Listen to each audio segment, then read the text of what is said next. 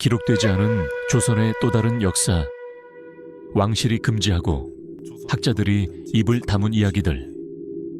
하지만 지금 그 금기가 풀립니다.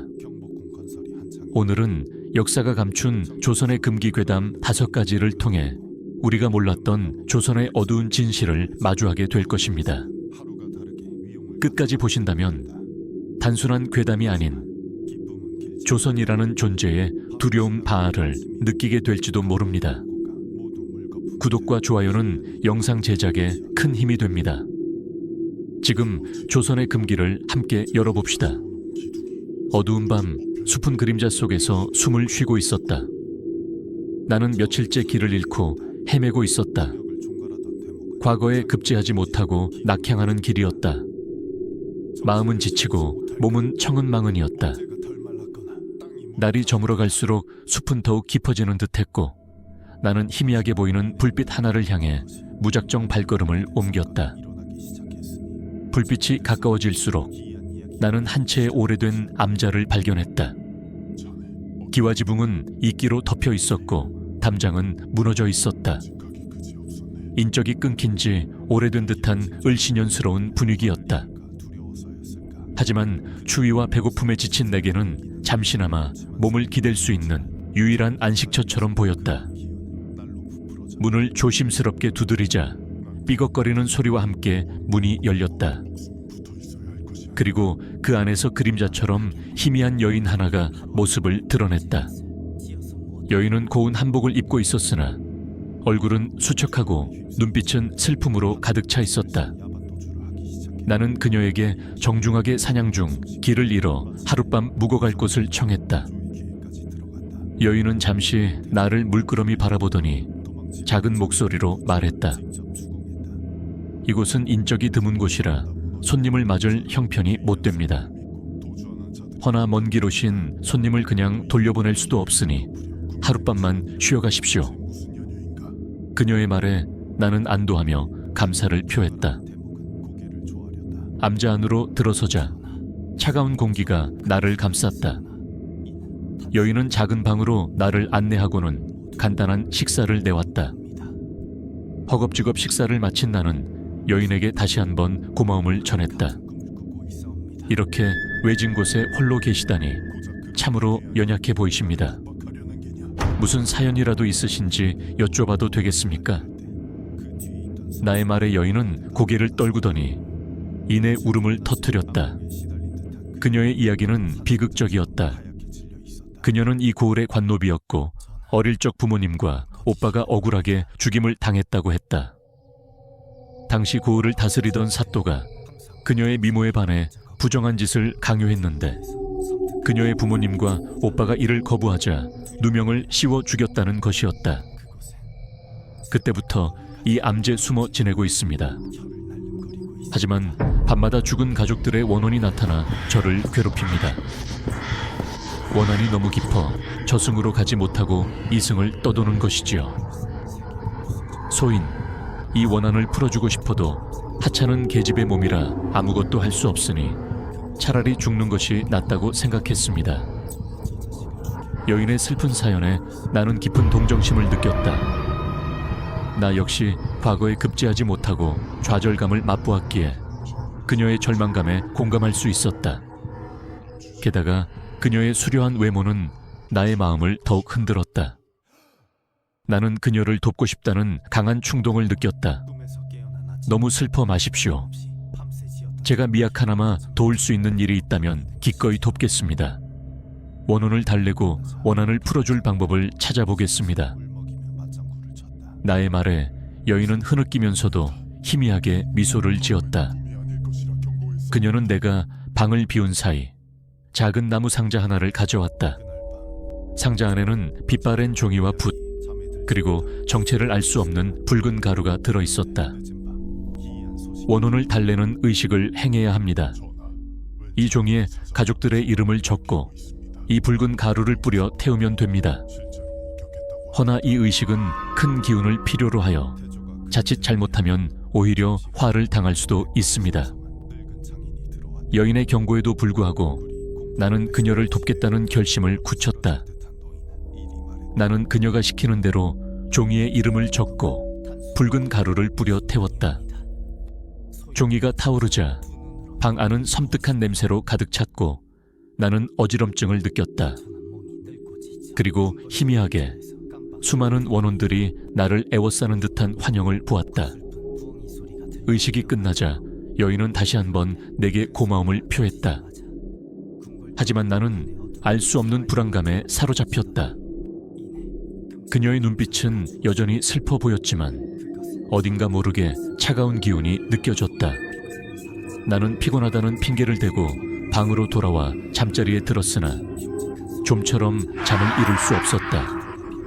밤이 깊어지자 나는 잠결에 이상한 소리를 들었다. 여인의 목소리였다. 그녀는 누군가와 속삭이듯이 이야기를 하고 있었다. 궁금증을 이기지 못하고 나는 방문을 살짝 열고 밖을 엿보았다. 여인은 마당 한가운데 서서 허공을 향해 말을 하고 있었다. 이제 그들의 원한은 더욱 강해졌으니 저 사또에게 복수할 때가 되었다. 이 어리석은 인간의 기운 덕분에 나는 더욱 힘을 얻었다. 이제 누구도 나를 막을 수 없을 것이다. 여인의 말에 나는 쏘스라치게 놀랐다.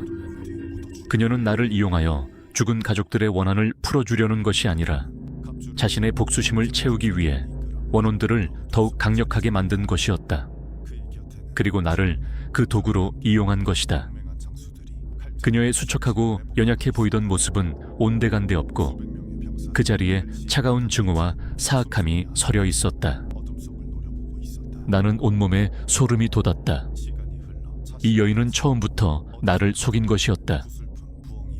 나는 서둘러 짐을 챙겨 암자를 빠져나왔다. 밤의 숲은 더욱 어둡고 음산하게 느껴졌지만 암제에 머무는 것보다는 훨씬 안전하다고 생각했다. 하지만 나의 예상은 빗나갔다. 숲을 헤치고 한참을 달려갔을까 뒤에서 차가운 목소리가 들려왔다. 어디로 도망치려느냐 어리석은 인간이여. 너의 순수한 기운은 나에게 큰 도움이 되었다. 이제 너의 영혼은 나의 것이 될 것이다. 뒤를 돌아보자 여인이 무서운 속도로 나를 쫓아오고 있었다. 그녀의 얼굴은 창백하게 질려 있었고 눈은 붉게 빛나고 있었다. 긴 머리카락은 산발한 채 공중에 떠 있었고 손톱은 길고 날카롭게 변해 있었다. 그녀는 더 이상 인간이 아니었다. 나는 공포에 질려 더욱 필사적으로 달아났다. 하지만 여인의 속도는 점점 더 빨라졌고 나는 결국 막다른 절벽에 다다랐다. 뒤를 돌아보자 여인이 어느새 내 앞에 서 있었다. 그녀의 사악한 웃음소리가 밤의 숲을 가득 채웠다. 이제 너는 나의 영원한 노예가 될 것이다. 너의 기운은 나의 복수를 완성할 것이다. 절망에 빠진 나는 눈을 질끈 감았다. 그때 내 눈앞에 섬광이 번쩍였다. 그리고 내 귓가에 낮은 목소리가 들려왔다. 이것을 받아라. 네가 진정으로 정의를 원한다면 이것이 너를 구할 것이다. 허나 이것의 힘은 큰 대가를 치러야 얻을 수 있다. 눈을 뜨자 내 손에 작은 호리병이 들려 있었다. 언제부터 내 손에 있었는지 알 수 없었다. 그리고 내 앞에 홀연히 나타난 노인 한 분이 서 있었다. 그는 수염이 길게 자란 도사 풍의 노인이었다. 이것으로 저 요물을 물리칠 수 있느냐? 나는 저 요물에게 속아 넘어갔다. 저 요물의 원한을 풀어주려는 것이 아니라 오히려 요물을 더욱 강하게 만들었다. 나의 절규의 노인은 고개를 끄덕였다. 그 요물은 본디 이 고을에 원한 깊은 귀신이었다. 죽은 자의 영혼이 복수심에 사로잡히면 산자의 기운을 흡수하여 요물이 된다. 너의 순수한 기운은 그 요물을 더욱 강하게 만들었을 뿐이다. 노인의 말에 나는 더욱 큰 절망에 빠졌다. 내가 저지른 실수가 얼마나 큰 재앙을 불러왔는지 깨달았기 때문이었다. 그럼 어찌해야 한단 말이냐? 내가 저 요물을 이길 수 있겠느냐? 노인은 나의 손에 들린 호리병을 가리키며 말했다. 이 호리병은 요물을 가둘 수 있는 신비한 힘을 가지고 있다. 허나 그 힘은 너의 모든 것을 소멸시킬 것이다. 너는 이 요물을 가두는 동시에 너의 영혼 또한 사라지게 될 것이다. 과연 너는 그 대가를 치를 각오가 되어 있는가? 나는 망설였다. 나의 영혼이 소멸된다는 것은 죽음보다 더 무서운 일이었다. 하지만 저 요물을 그냥 둘 수는 없었다. 내가 저 요물을 강하게 만든 원흉이었으니 내가 모든 것을 끝내야만 했다. 나는 호리병의 뚜껑을 열었다. 호리병 안에서 푸른빛이 뿜어져 나오며 요물을 향해 뻗어나갔다. 요물은 비명을 지르며 고통스러워했다. 나는 호리병을 든 손에 힘을 주어 요물을 향해 더욱 강하게 빛을 쏘아보냈다. 내 이놈, 요물, 네가 나를 속였으니 이제 너는 이 호리병 안에 갇혀 영원히 고통받을 것이다. 나의 외침과 함께 호리병의 빛은 더욱 강해졌고 요물은 서서히 호리병 안으로 빨려 들어갔다. 요물의 몸이 완전히 사라지자 나는 호리병의 뚜껑을 닫았다. 온몸의 힘이 빠져나가며 나는 그 자리에서 쓰러졌다. 내 눈앞에 노인의 얼굴이 보였다. 그는 옅은 미소를 띠고 있었다. 너는 너의 죄를 갚았으니 이제 편히 잠들 수 있을 것이다. 노인의 말이 끝나자마자 내 몸은 서서히 투명해지기 시작했다. 나의 영혼이 소멸되는 것을 느꼈다. 고통스러웠지만 후회는 없었다. 내가 저지른 실수를 바로잡았다는 사실에 안도했다. 그 일이 있은 후 그 후 수십 년이 흘렀다. 나는 영혼이 소멸되어 이승을 떠도는 존재가 되었지만 나를 도와준 노인의 말을 잊지 않았다. 노인은 호리병의 뚜껑을 열지 말라고 경고했지만 내 안의 호기심은 끊임없이 나를 괴롭혔다. 나는 나의 존재가 희미해져갈 무렵 우연히 다시 노인을 만났다. 그는 여전히 그 모습 그대로였다. 내 이놈, 너는 나를 속였다. 너는 내게 영혼의 소멸이라는 대가를 치르게 했다. 도대체 내게 무슨 꿍꿍이가 있었던 것이냐? 나의 원망 섞인 외침에 노인은 태연하게 웃었다. 나는 수십 년 전 네가 구해준 여인의 아비였다. 나의 집안은 너의 도움으로 복수를 해주었고 나는 그 빚을 갚으려 했다. 하지만 적당한 때가 오지 않았을 뿐이다. 노인의 말에 나는 경악했다. 내가 암자에서 만났던 여인의 아비라니. 그 여인이 나를 속여 요물이 되었고 나는 그 요물을 물리치기 위해 나의 영혼을 희생했다. 그런데 그 요물이 노인의 딸이라니. 그게 무슨 해괴한 말씀이십니까? 그럼 그 요물이 당신의 딸이었단 말입니까? 당신은 나를 이용해 당신의 딸을 없앤 것이로군요. 나의 분노에 노인은 고개를 저었다. 그 요물은 이미 내 딸이 아니었다. 원한에 사로잡힌 요물일 뿐. 나는 너를 통해 나의 딸을 편히 쉬게 해준 것이다. 노인의 설명에도 나는 혼란스러웠다. 그때 노인이 나에게 작은 호리병을 건넸다. 앞으로는 그 귀신을 보지도 말고 그것이 말하는 것을 듣지도 말게. 그리고 다음에 그 귀신이 또 나타나거든 이 병의 뚜껑을 열게. 그리고 귀신이 사라지면 뚜껑을 굳게 닫고 다시는 열지 말게. 나는 혼란스러운 마음으로 호리병을 받아들었다. 노인은 미소를 지으며 홀연히 사라졌다. 나는 노인의 말을 들은 뒤에도 마음이 편하지 못했다. 그가 왜 싸움에서 이기게 해주는 이로운 귀신을 멀리하라고 한 건지 도무지 이해되지 않았다. 뭔가 알고 있는 듯한 그의 표정이 마음에 걸려 결국 호리병을 열어보기로 마음먹었다. 어느 날 밤 나는 호기심을 이기지 못하고 호리병의 뚜껑을 살짝 열었다. 그러자 호리병 안에서 푸른빛이 뿜어져 나오며 그 안에 갇혀있던 요물이 서서히 모습을 드러냈다. 요물은 한참을 들리지 않는 말을 하다가 이내 사라져 버렸다. 그리고 나는 그 후로 다른 누군가가 병을 열지 못하도록 항상 호리병을 직접 가지고 다녔다.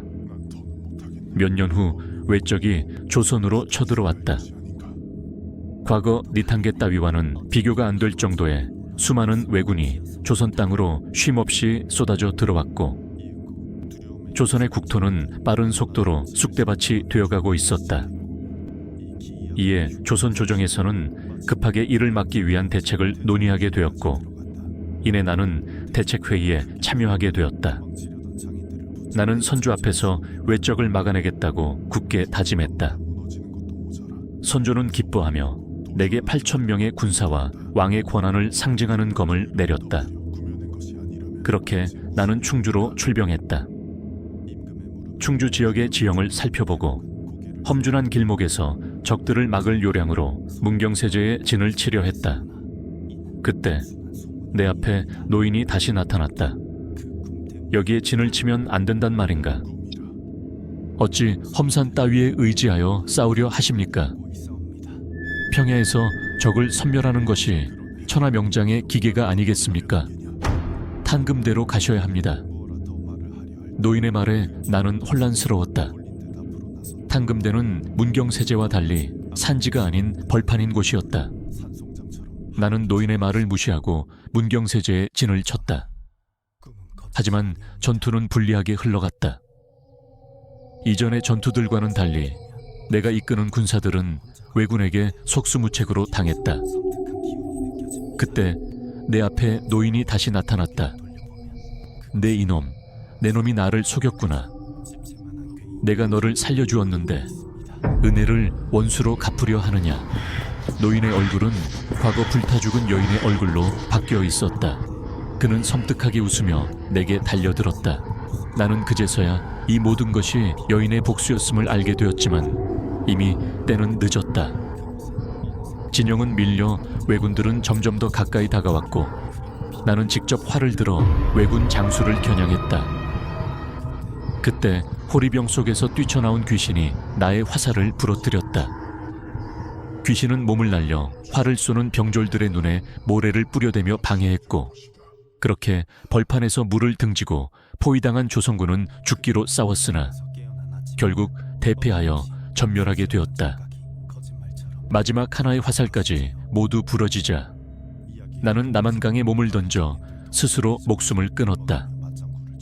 신립은 평소 기계가 높고 용맹하여 여진족을 토벌하는데 큰 공을 세웠고, 선조가 그를 매우 총애하여 골룡포를 벗어 직접 입혀주기도 할 정도였다. 하지만 임진왜란 때 탄금대 전투에서 패배하여 스스로 목숨을 끊었다. 그가 왜 하필이면 산지가 아닌 벌판인 탄금대에서 배수진을 쳤는지는 아직까지 미스터리로 남아있다. 이와 관련된 많은 설화가 전해 내려온다. 괴담실록, 이야기로 보는 조선시대 괴담. 역사는 승자의 기록이라고 하지만 때로는 숨겨진 괴담이 더 많은 진실을 말합니다. 오늘의 이야기가 당신의 밤을 조금이라도 흔들었다면 다음 이야기에서 더 깊은 조선의 어둠으로 안내하겠습니다. 구독과 알림 설정으로 역사가 감춘 또 다른 괴담을 놓치지 마세요. 당신의 호기심이 역사를 깨웁니다.